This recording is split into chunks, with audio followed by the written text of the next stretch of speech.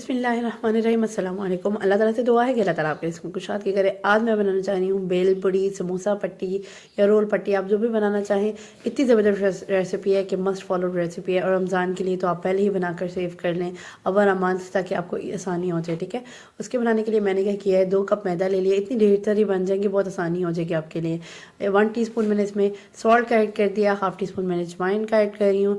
उसके बाद मैंने ऑयल ऐड करना है, तकरीबन 2 टेबल स्पून के करीब मैंने इसमें ना ऑयल ऐड कर दिया है। ठीक है, ऑयल ऐड करने के बाद आपने क्या करना है, इसकी ना प्रॉपरली मिक्सिंग कर लेनी है। पहले सबसे पहले इन चीज़ों को आपने मिक्स करना है।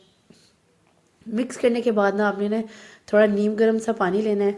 पानी से ना इसका अच्छी सी डो बनानी है। डो जो है ना वो आपकी सॉफ्ट नहीं होनी चाहिए, डो हार्ड होनी चाहिए। ठीक है, सॉफ्ट बिल्कुल भी नहीं होनी चाहिए डो।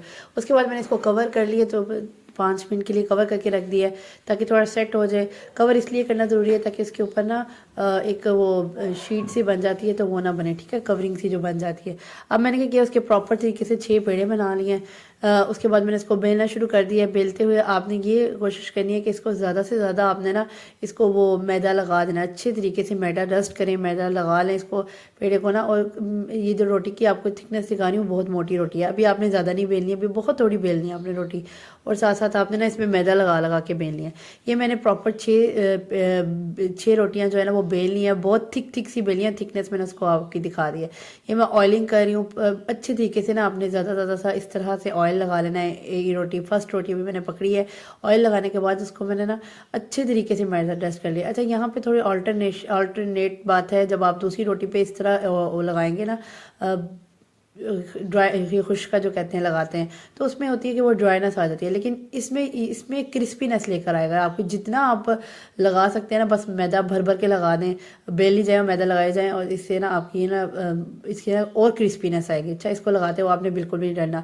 अब मैं लेयरिंग का आपने यहाँ से ध्यान से देखना है कि जब मैं लेयरिंग कर रही हूँ, तो एक से दूसरी रोटी जो है ना वो उससे ज़रा पीछे लगा रही हूँ, मतलब स्टेप जो है ना उसका थोड़ा सा पीछे है नज़र, जैसे आपको आ रहा है ना कि एक रोटी मैंने रखी है तो अगली रोटी उससे थोड़ा सा पीछे करके रखी है, और थर्ड रोटी जो है वो उससे पीछे रखी है, और अब फोर्थ रोटी रख रही हूँ ना कि वो मुझे लेयर बाय लेयर नज़र आएगी जब भी मैं बेलूँ। इस तरह क्या होता है कि जब आप सेकेंगे ना, किसी भी तवे पे डालेंगे ना इसको, तो वो इजी जो है ना ये लेयर्स निकल आएंगी, आपको मुश्किल भी नहीं होगी इसको निकालने के लिए। ये स्टेप आपने लाजमी फॉलो करना है।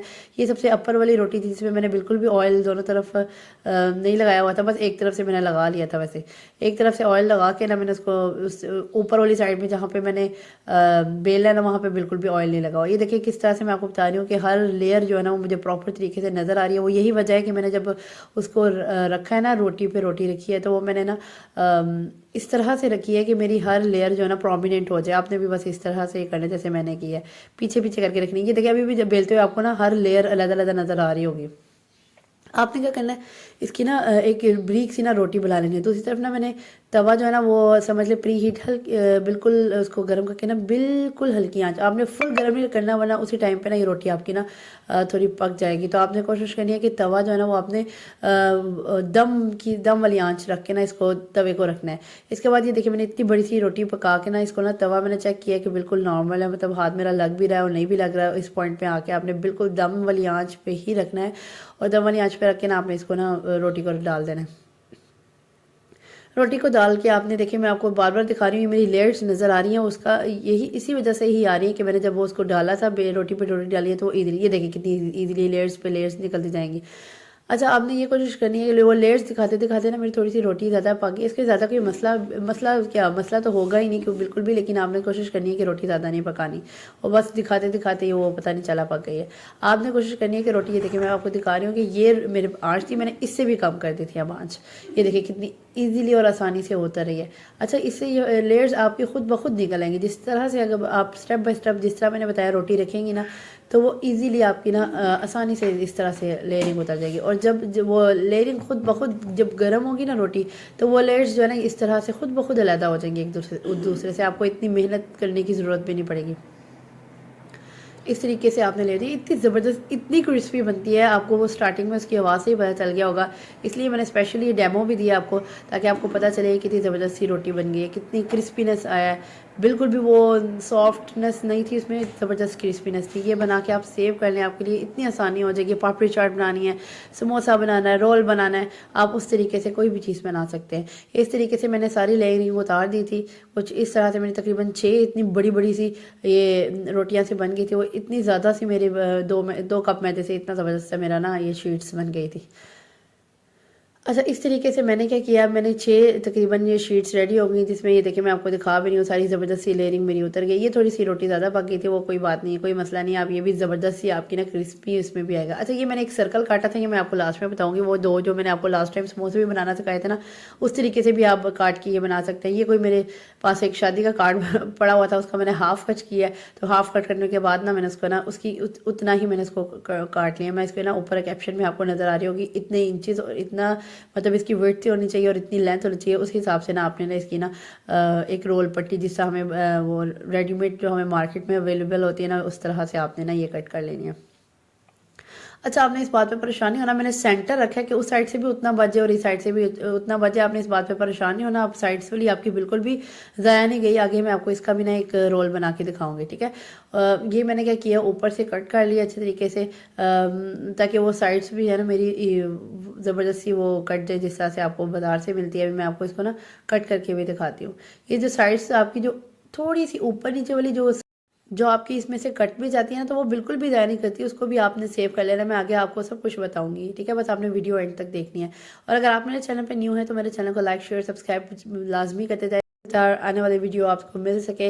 ये देखिए मैंने कुछ इस तरह से ना इसकी लेंथ काट ली है। लेंथ की मेजरमेंट आपको पीछे मिल गई थी। इस तरह तरीके से ना मेरी ज़बरदस्त सी ना ये समोसा पट्टी की रोल बन गई। ये साइड्स वाली भी आपको बनानी है। ये देखिए इस तरीके से आपने बनाना है। पहले इसको एक टर्न देना है, फिर इसको एक और टर्न ऐसे बनाना है। फिर ऊपर वाली जो चीज़ है ना वो आपने ऐसे ऊपर फिक्स करनी है। अच्छा, इसको ना आप मैदे की स्लरी सी बना लेनी है, तो इस तरह से बन जाएगा। अच्छा, आप रोटी बनाते हुए परेशान ना होना, आपकी बिल्कुल भी एक रोटी दूसरी रोटी से मर्ज नहीं होगी।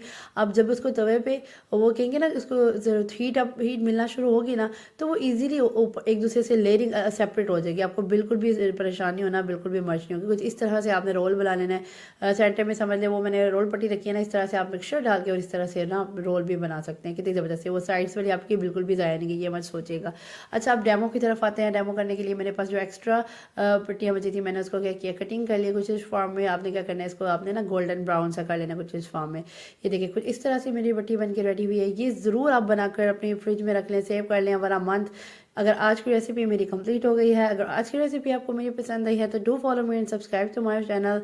और हाँ, दूसरी बात ये कि मैं आपको इसको सेव करने का भी तरीका साथ साथ बताती चलूँ। अगर आपके पास कोई इस तरह के पॉलीथीन बैग है तो आपने क्या करना है, कुछ इस तरह की दालें वगैरह, चीनी वगैरह, कुछ 5 kg इस तरह की कोई चीज़ें आती ही होंगी आपके घरों में भी। तो आपने क्या करना है कि इसको ना कट करके अच्छी तरह से ना, अगर आपके पास जिप लॉक बैग नहीं है तो ये आप फॉलो कर सकते हैं, ठीक है। मैं आपके लिए ये बता रही हूँ। तो आपने क्या करना है, इसको कट कर लेना ऊपर से, तो अंदर से अच्छी तरह से आपने साफ़ कर लेना है। साफ़ करने के बाद आपने अच्छी तरह से हर थोड़ा ऊपर ऊपर जितना भी आपने अच्छी तरह से उसके ऊपर भी मैदा डस्ट कर लेना, ताकि ना ये रोटी जो है ना वो आपकी ड्राई रहे, ठीक है। ये जो आपकी बेल पूड़ी जो है ना वो ड्राई रहे। उसके बाद मैंने इसमें अच्छी तरह से मैदा डस्ट कर लिया प्रॉपर तरीके से। उसके बाद मैंने ना ये देखिए जो आपको बता रही थी, मैंने 2 सर्कल भी काटे थे, ये वो ही सर्कल है। अब मैंने इसको अंदर डाल लेना है और जो एक्स्ट्रास बचे हैं ना वो भी मैं इसी तरह से ना साइड्स पे रख लूँगी। कभी आपका दिल भी करता है वो खाने का, जैसे पापड़ी चाट वगैरह, उसमें आप डाल सकते हैं इजीली, ठीक है। उसके बाद आप इसको सेव कर लें। नेक्स्ट वीडियो इंशाल्लाह इसी से मैं आपको रोल समोसे बनाना सिखाऊंगी। नेक्स्ट इंशाल्लाह इसी भी मज़ेदार वीडियो तक के लिए अल्लाह हाफिज़।